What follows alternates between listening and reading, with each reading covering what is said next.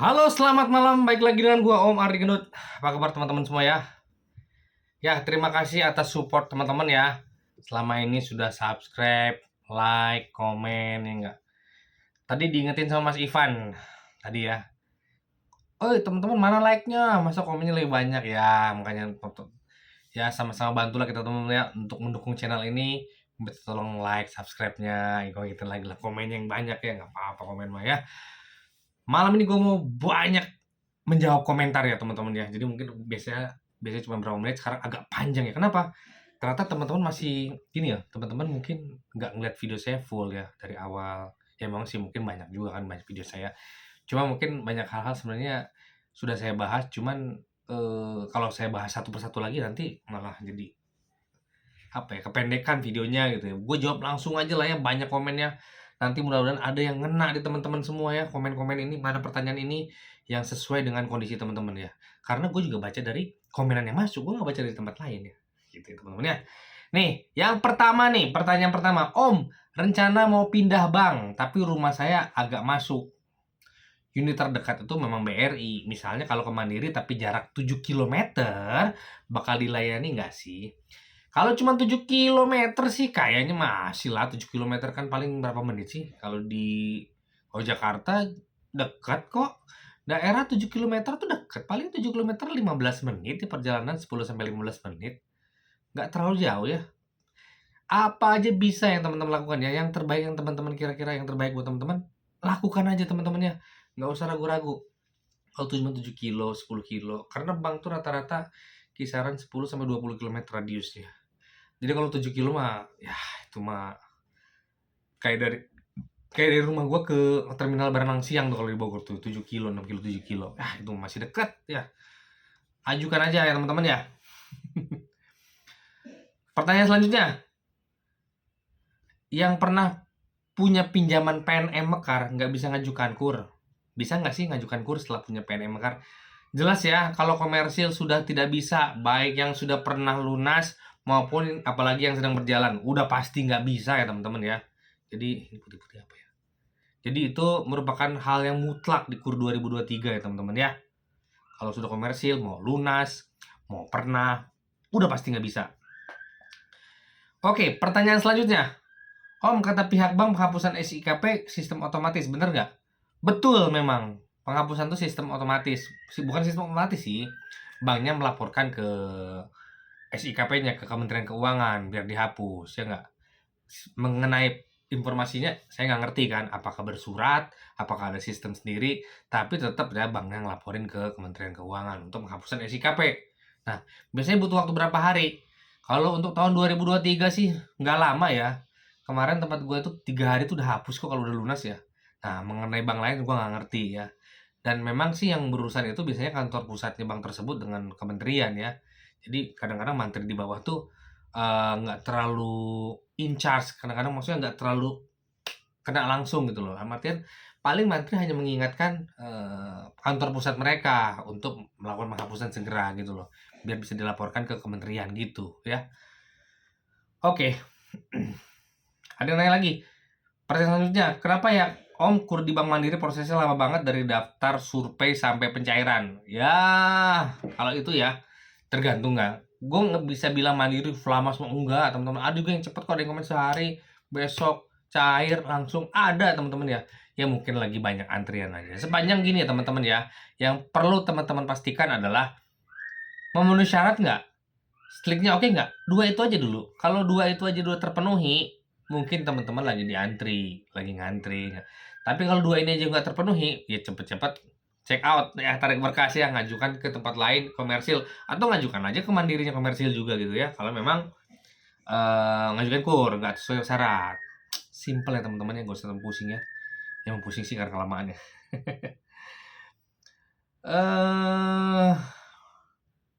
Apalagi ya? Ini saya pertanyaan selanjutnya ya. Ini saya jaminan sertifikat mau ambil 100 juta, kok cuma dikasih 25? Nah, itu ya macam-macam sih. Kemungkinan karena kuota, kemungkinan memang usaha teman-teman memang cuma 25 juta. Ya kan kita nggak ngerti ya. Mending tanya langsung aja lah ya. Apakah masalahnya kenapa? Soalnya dari 100 juta ke 25 juta menurut gue sih kejauhan. Yang kalau 100 juta karena usaha ya turun-turun dikit 75 mungkin. Tapi gue nggak ngerti ya, sekali lagi ini ada persepsi gue. Tanya langsung ke mantrinya atau analisnya. Om, saya tidak pernah lewat bulan bayar kurnya, misalkan tanggal 14, tapi saya bayar di atas tanggal 20, tapi tidak pernah lewat bulan. Apakah itu nunggak nggak sih hitungannya? Pertanyaannya seperti itu ya. Jatuh tempo tanggal 14, dia bayar tanggal 20. Nah, itu tanya ke banknya ya teman-teman ya. Makanya teman-teman kalau mengenai ini jangan suka lewat tanggal jatuh tempo deh ya. Kalaupun bank ngasih kelonggaran misalkan 5 hari atau berapa hari, itu beresiko lah. Pertama apa beresikonya? Kalau sudah lewat jatuh tempo, teman-teman dicap walaupun secara slick lancar, teman-teman dicap telat tetap di mata mantrinya, di mata analisnya, di mata RM-nya, di mata AO-nya. Kayak gue nih, misalkan tanggal 25 nih tempat gue kan. Tanggal 26, 27 bisa sih bayar, cuman kayaknya kesannya kayak udah nilai pengurang lah gitu ya. Kenapa yang paling bagus ya sebelum tanggal 25 misalkan. Di sini tanggal 14 ya maksimalnya tanggal 14 ya. Apalagi kalau teman-teman emang mau mengajukan top up, tapi ya nggak ngerti juga kan penilaian orang beda-beda. Tapi kalau gua, walaupun dia baik-baik saja secara slick, tapi dia melewati jauh tempo, walaupun baik-baik saja, tetap jadi nilai pengurang kalau gua sendiri ya, gua pribadi yang prosesnya. Itu teman-teman. Oh mau tanya pertanyaan selanjutnya. Oh mau tanya kalau jatuh tempo tanggal 13 bisa nggak diundur tanggal 25? Nggak bisa sih setahu gue ya. Karena mendudukan tanggal jatuh tempo itu harus didudukan dalam akad. Nah, pertimbangannya apa diundur sampai tanggal 25 kan gitu kan. Nggak semudah itu ya. Dan menurut gue nggak bisa juga. Kecuali mungkin restruk atau apa ada hal yang lain yang persetujuan pemimpin-pemimpin mereka gitu. Kalau misalkan nggak ada apa-apa, susah juga kan. Cuman, nggak punya uang. Seluruh nasabah banyak yang kesulitan uang untuk membayarnya. Tapi mereka nggak ada juga yang minta pindah tanggal seperti itu kan ya. Menurut gue sih nggak bisa lah kalau gitu. Oke, pertanyaan selanjutnya. Kalau pegadaian BPKB motor di FIF bisa nggak Om? Oh maksudnya tuh kalau ada motor harusnya sih bisa ya. Kalau ada motor di leasing ya bisa sih harusnya bersamaan ya. Itu masuk kredit yang bersamaan untuk ngajukan kur boleh ya. Pertanyaan selanjutnya. Ntar dulu.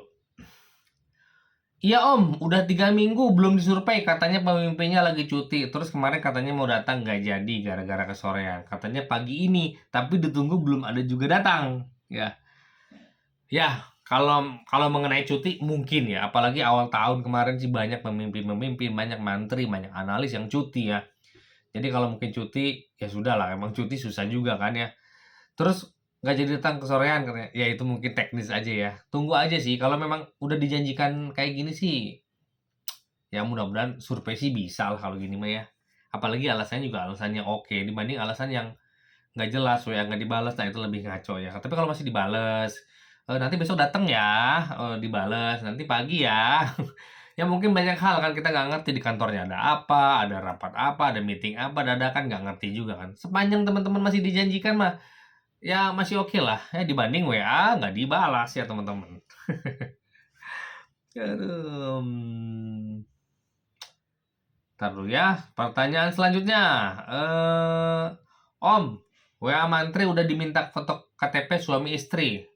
Tapi sampai sekarang belum dikabarin lagi. Kalau udah minta KTP itu jelas ya. Itu untuk cek BI atau SLIK ya. Pasti itu. Nggak ada lain. Nggak mungkin kan foto KTP buat koleksi kan. Buat apa juga kan ya. Ya tunggu aja ya. Mungkin narik BI checking slicknya mungkin butuh waktu beberapa hari karena mungkin ngantri ya kan atau mungkin terpusat di cabangnya sehingga melayaninya mungkin rada lama ya tunggu aja ya maksimal 3 hari tungguin aja lah ya.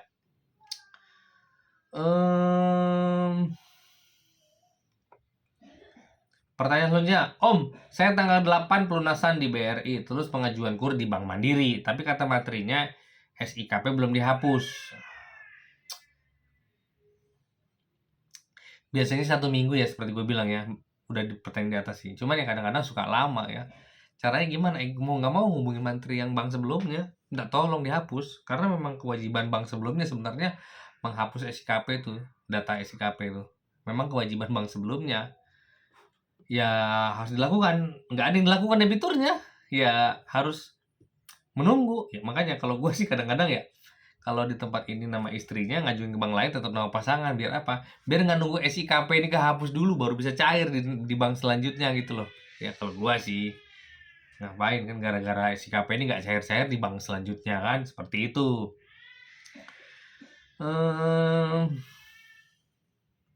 Pertanyaan selanjutnya, Om mau nanya kalau udah survei apa bisa cair, Om? Ini banyak banget yang kayak gini tetap ya. Survei itu ya belum tentu bisa cair juga, belum tentu disetujuin juga, ya nggak? Tapi paling nggak survei ada follow up, ya kan? Teman-teman dilihat usahanya seperti apa kalau survei kan, dilihat kelayakan usahanya kayak gimana, bertahannya seberapa lama udah kan? Itulah fungsi survei, memverifikasi apa yang dokumen teman-teman sampaikan, apa yang teman-teman sampaikan ya, verifikasi. Makanya disurvei. Survei apa? Survei usaha, survei jaminan, survei tempat tinggal tuh survei semua ya. Jadi fungsinya itu apakah bisa cair? Belum tentu juga. Setelah dilihat ternyata usaha teman-teman memang belum layak untuk dapat kredit sesuai keinginan teman-teman, bisa ditolak, bisa diturunin kreditnya kan gitu. Ya enggak? Jadi belum tentu ya teman-teman ya.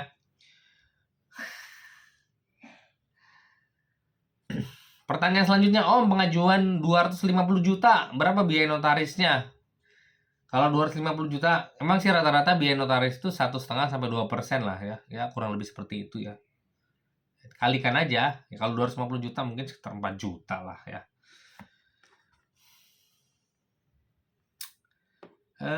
Oke. Pertanyaan selanjutnya, Om, saya sudah survei sama analisnya. Terus kemarin pimpinannya datang, tinggal nunggu komite katanya. Kira-kira berapa lama ya komite? Komite itu cuma 1 hari. Yang nunggu itu adalah menunggu jadwal komitenya, teman-teman ya. Komite mah sehari juga selesai ya. Yang lama itu nunggu jadwal karena apa? Komite itu harus ngumpulin beberapa orang ya, pemimpinnya harus ngumpul, semua harus ngumpul. Semua harus ada waktu buat ngerapatin komite. Apa yang dirapatin? Pengusulan kerja teman-teman dirapatin sama mantri itu ya, dikasih presentasi itu. Komite seperti itulah. Ini cuma sehari aja. Yang lama itu adalah nunggu jadwal semuanya ngumpul. Nah, itu ya. Oke. Mana pertanyaan lagi ya? Pertanyaan selanjutnya, sudah tanda tangan pencairan, berapa hari biasanya saldo masuk rekening? Kalau sudah tanda tangan akad, tanda tangan notaris, itu ya 2 hari lah, sehari, 2 hari, 3 hari lah ya. Karena udah notaris tuh biasanya udah setelah tanda tangan pengikatan notaris, tanda tangan akad, ya sudah, tinggal nunggu aja ya. Paling maksimal 3 hari lah, itu juga 3 hari kayak kelamaan lah. Bisa besoknya langsung cair juga bisa. Oke. Pertanyaan selanjutnya.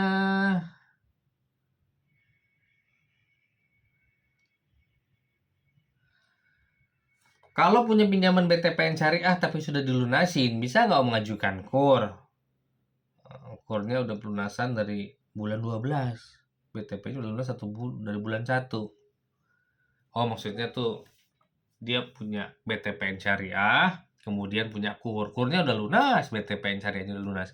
Bisa nggak ngajukan KUR lagi? Sudah tidak bisa ya Mbak, karena BTPN syariah itu kemungkinan besar masuknya ke kredit komersil ya. Udah jelas kalau itu ya. Pertanyaan selanjutnya, Om bisa nggak agunan atas nama mertua?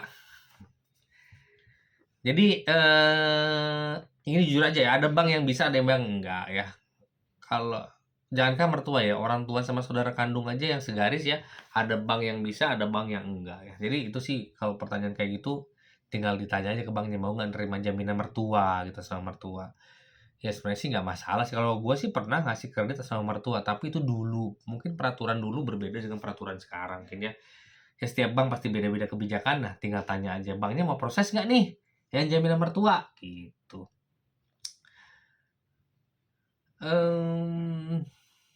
Ada pertanyaan selanjutnya.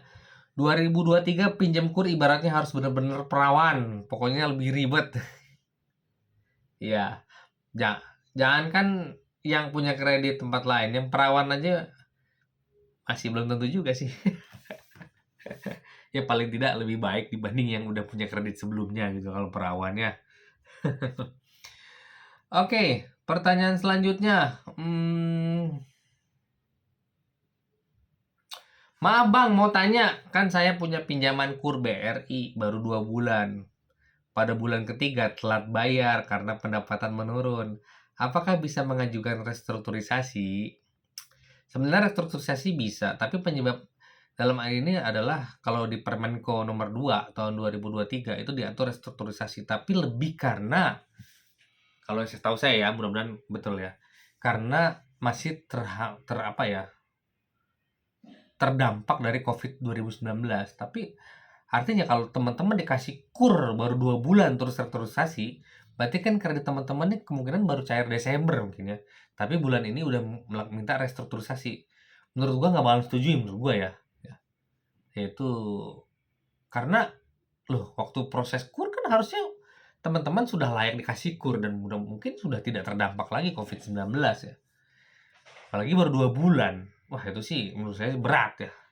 Susah kayaknya kalau baru 2 bulan kredit minta restruk kecuali sudah setahunan atau pemberiannya mungkin dari tahun 2020. Nah, sekarang restrukturisasi udah setengah berjalan. Mungkin masih mungkin kan. Tapi baru kasih tahun 2022. 2023 minta restrukturisasi. Kayaknya susah deh kayaknya ya. Oke, pertanyaan selanjutnya. Oh, bahas dong untuk pengajuan KUR Mandiri buat yang belum menikah. Nah, yang udah gue bahas ya di video selanjutnya ya. Tidak ada yang menyebabkan kesulitan kalau teman-teman memang belum nikah ya. Ngajukan kredit belum nikah ribet nggak sih Om? Nggak ada korelasinya yang belum nikah tuh. Boleh-boleh aja sepanjang usianya di atas 21 tahun ya. Pertanyaan selanjutnya. Iya Om, gara-gara pinjol jadi nggak lolos padahal udah survei.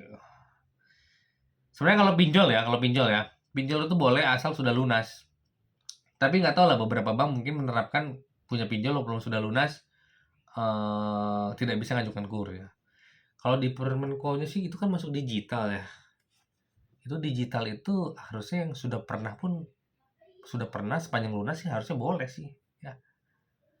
Iya boleh sih sebenarnya. Cuman apakah mungkin nggak lolos karena pinjolnya kolektivitasnya jelek apa pernah nunggak nggak ngerti kalau itu ya dia Mas ini kan cuma bilang gara-gara pinjol nggak lolos tapi pinjolnya tuh pinjol gimana kan mungkin pinjolnya bermasalah nggak ngerti juga ya. Oke pertanyaan selanjutnya Om saya kan udah ada KUR apa bisa ibu saya ngajukan KUR walau satu rumah sepanjang usahanya beda ya bisa-bisa aja ya teman-teman ya misalkan anaknya punya KUR ibunya ngajukan KUR boleh nggak boleh. Tapi usahanya yang berbeda ya teman-teman ya. Ibunya mungkin, punya punya warung bukan punya warung ya, ibunya mungkin pedagang di pasar, ya nggak? Anaknya misalkan punya warung di rumahnya, kan beda usaha tuh, memungkinkan. Jangan sampai satu usaha dipakai untuk 2 orang mengajukan KUR. Nah itu yang nggak boleh teman-teman ya. Oke.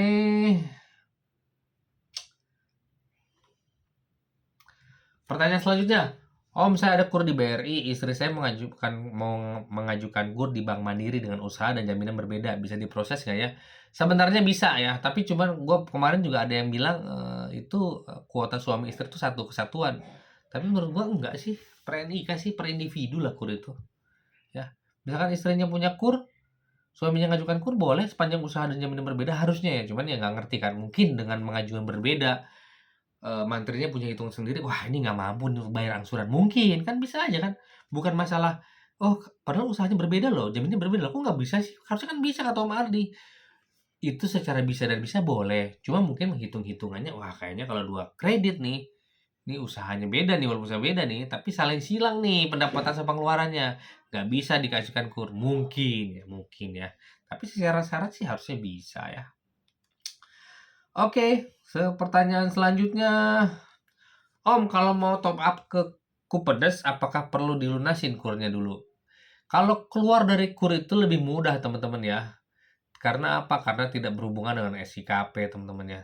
Jadi kalau misalkan teman-teman punya KUR nih, mau top up tapi ke Kupedes aja deh, itu naik kelas namanya. Boleh nggak? Boleh. Ya, setahu gua harusnya pelunasan KUR-nya juga hasil pencairan Kupedes juga boleh karena kan itu komersil ya nggak? Komersil bebas-bebas aja sepanjang yang ditutup itu adalah kredit usaha, bukan yang ditutup adalah kredit KPR misalkan, nah itu nggak boleh ya. Teman-teman punya KPR ngajuin Kupedes nih, tutup nih KPR-nya pakai pencairan Kupedes, nggak boleh, ya nggak? Ini konsumtif, ini produktif. Nah, kalau sama-sama produktif, kurang ditutup pencairan Kupedes, mestinya boleh. Tapi tetap didiskusikan dulu dengan petugas banknya ya, takutnya gue salah. Tapi logikanya sih boleh, oke?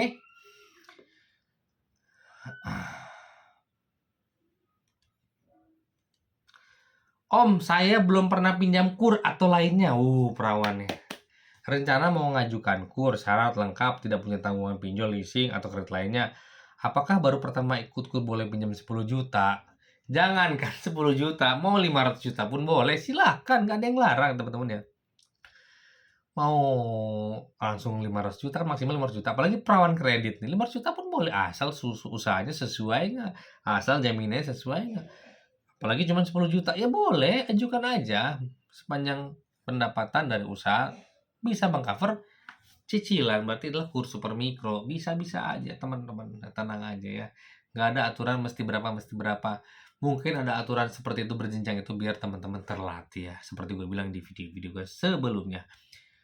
Oke, pertanyaan selanjutnya. Om, dulu bapak saya pernah minjemkan namanya ke saudara, terus bayarnya sering telat. Tapi sudah lama sekali.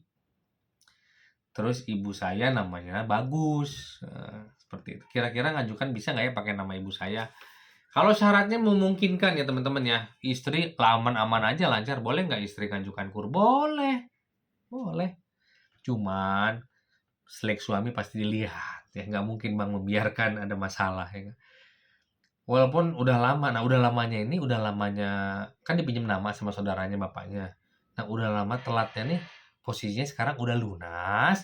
Atau masih telat. Atau udah hapus buku kan gitu kan. Kalau sudah lunas mungkin masih ada excuse ya. Tapi kalau udah hapus buku, walaupun itu bilangnya, ih nama saya dipinjam sama saudara saya, tetap mah nggak bisa. Ya. Bedain antara persyaratan dan persetujuan ya teman-teman. Pertanyaan selanjutnya, Kang, saya tinggal nunggu pencairan. Wah, kok lama ya udah 2 minggu, katanya masih proses input. Soalnya kepalanya udah ACC. Oh, kepala apa nih? Tapi masih belum ada jadwal pencairan. Gue bingung nih. Nah, ini ya teman-teman ya. ACC berkali-kali gue bilang ya, ACC-nya bentuknya apa, tanyain ya, jangan cuma ngomong pemimpin saya udah ACC, mana buktinya, ada OL-nya nggak, ada surat keputusannya nggak, gitu loh, mintain, itu baru ACC namanya. Tapi kalau by lisan aja nggak bisa dipegang teman-teman ya, fotoin kayak paling nggak, fotoin cekrek nih udah diputus, udah disetujuin, minta aja nggak masalah, itu hak teman-teman kok ya. Apalagi ini tinggal nunggu pencairan lama hampir 2 minggu, lama banget ya nggak? Apalagi tanpa jaminan, kecuali ada jaminan mungkin cek sertifikat dulu ke BPN melalui notaris. Tapi kalau 2 minggu itu termasuk lama ya, lama banget. Tanyain ya, itu di ACC-nya bentuknya seperti apa ya. Oke, pertanyaan selanjutnya, malam bang, boleh tahu kalau pernah kredit KUR angsurannya sedikit menunggak tapi sudah lunas, bisa pengajuan KUR di bank lain? Sudah lunas, pernah nunggak tapi sudah lunas. Saran gue sih usahain 6 bulan lah minimal ngajukan ke bank lagi ya setelah lunas ya. Jangan lunas baru bulan kemarin ngajukan lagi, pernah nunggak lagi. Itu biasanya jadi pertanyaan di bank ini malah repot. Mending tunggu dulu lah 6 bulan, rehat dulu lah, nggak ngutang dulu ya nggak. 6 bulan sampai 1 tahun baru ngajukan lagi kurnya. Lebih lebih apa ya, lebih smooth dibanding teman-teman udah lunas sih sebulan lalu. Cuman pernah nunggak di situnya di sepanjang kreditnya. Itu pasti jadi ah. Oke, pertanyaan selanjutnya. Pada katanya, pada kenyataannya Om, saya punya cicilan motor lancar, nggak bisa ngajukan KUR. Aduh ya, kalau punya motor sih berkali-kali gue bilang ya, mestinya bisa. Tapi mungkin itu cicilan motor itu mungkin jadi alasan kali mungkin. Mungkin analis kreditnya nggak mau proses mungkin. Ya, mungkin karena teman-teman mungkin kreditnya banyak mungkin ya. Tapi kalau punya cicilan motor doang, mestinya sih bisa sih ngajukan. Tapi gue nggak tahu kan. Oh, cicilan motor saya lancar lunas kok. Ya, tapi teman-teman motornya 4 gitu kan. Mungkin mantrinya mikir, aduh ini cicilannya gimana cicilan KUR kan. Bukan berarti ngukurnya bukan masalah punya cicilan motor atau enggak. Lebih ke mampu bayar atau enggak. Mungkin ya. Mungkin ya. Kalau memang hanya masalah cicilan motor satu lancar. Udah ajukan tempat lain. Pakai nama istri kayak. Ya banyak kok cara ya enggak. Pertanyaan selanjutnya. Kalau punya angsuran PNM atau pernah apa bisa top up KUR? Nggak bisa ya. Jelas ya, itu komersil ya, udah nggak mungkin ya saat ini, ya nggak? Pertanyaan selanjutnya, ini banyak yang nanyain ini soalnya. Om, kalau kita di survei itu udah cek BI belum sih? Kalau survei harusnya sudah ya teman-teman ya. Justru survei itu adalah untuk mengecek, memverifikasi teman-teman datanya seperti ini nggak, ya kan? Kan waktu survei itu ditanya, Bapak punya kredit ini ya? Gitu. Kalau jawab, enggak kok, enggak. Padahal kita punya datanya slicknya. Nah, itu pada konfirmasi. Itu kok saya ada datanya, Pak? Ya nggak?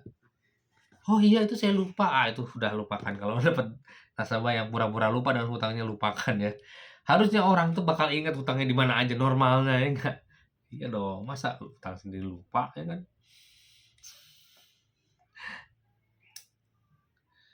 Pertanyaan selanjutnya, Bang, mohon izin bertanya, BI checking lancar tapi pengajuan KUR ditolak, kenapa ya Bang? Banyak hal teman-teman ya kenapa ditolak ya. Ya mungkin memang skala usahanya belum cukup atau kreditnya banyak, kan bisa aja ya. Mungkin tanyain dulu lah ke dia kenapa ya. Karena ya nggak bisa dituju juga, kenapa ditolak lancar ya. Jangankan ditolak karena lancar. Yang lancar gue pernah kan nolak. Lancar, usaha lancar, jaminan lancar. Karena debitur terlalu cerewet, gue tolak. Apalagi ada masalah yang lain kan, bisa aja kan, semuanya bisa guys ya.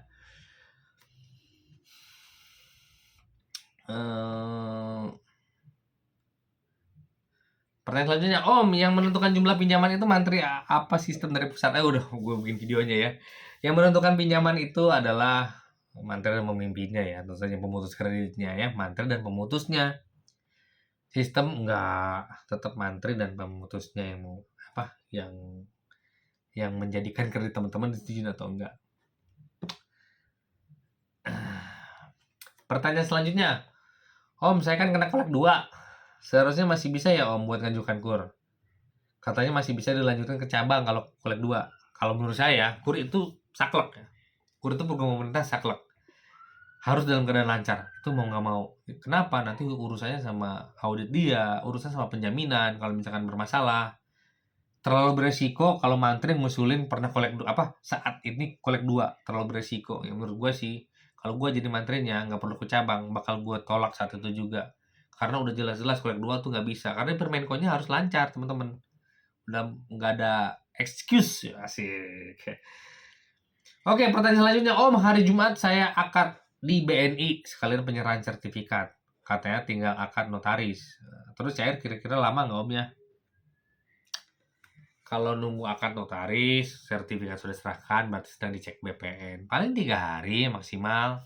Nanti tantangan akad notaris, ya nggak pengikatan, besoknya cair, ya nggak? Paling 5 hari lah, ya. BPN tuh 3 hari lah. Alhamdulillah udah bisa cair. Banyak sih yang cair-cair, hebat ya. Oke.